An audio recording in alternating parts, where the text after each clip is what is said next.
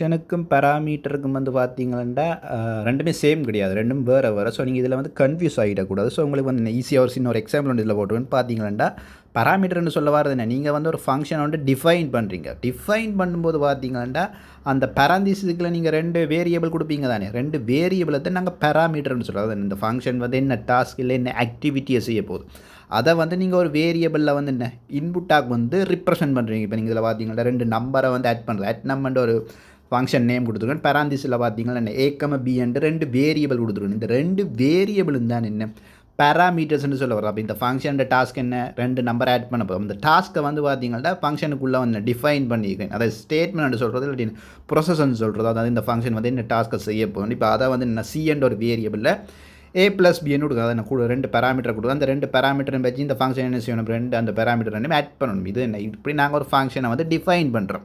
இப்போ டிஃபைன் பண்ணுற டைமில் கொடுக்குற இந்த 2 வேரியபிள் என்ன பேராமீட்டர்னு சொல்கிறது. சம்டைம் என்ன பிளேஸ் ஹோல்டர் நேம்னு சொல்லுவோம். அடுத்தது வந்து ஒன்ஸ் நாங்கள் இந்த டிஃபைன் பண்ண போகிறோம், அந்த ஃபங்க்ஷனை வந்து கால் பண்ணும். கீழே பார்த்தீங்கன்னா அந்த ஃபங்க்ஷனை நான் கால் பண்ணியிருந்தோம். 9வது லைனில் பார்த்தீங்கன்னா ஃபங்க்ஷனை கால் பண்ணியிருந்தோம். அந்த அட் நம்பர் ஃபங்க்ஷனை கால் பண்ணும்போது 2 வேல்யூ வந்து என்ன இன்புட்டை வந்து பாஸ் பண்ணிடும். அந்த பேராந்தீஸுக்கு அந்த 2,3 2 வேல்யூ வந்து பேராந்தீஸுக்குள்ள பாஸ் பண்ணிடும். இந்த 2,3 இந்த வேல்யூவை தான் என்னென்னு சொல்கிறேன், ஆர்கியூமெண்ட் சொல்கிறது.